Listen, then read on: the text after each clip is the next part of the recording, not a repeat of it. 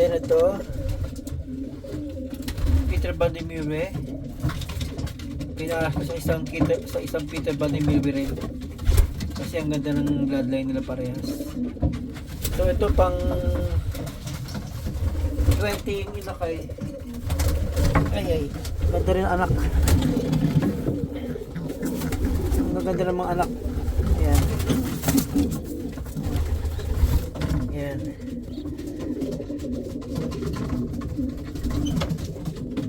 Yes, so ito pang 20 inakay. Tapos marami pa tayong maitlog. So mga hanggang 16 inakay yan. Kasi iba panlalaban ko sa One Love Race. Then dito sa Belgium, dalawa yung sasalihan ko eh. Pang 300 sa pang 600. 1 to 300 sa 4 to 600. Okay. So yan. Ito yung brake.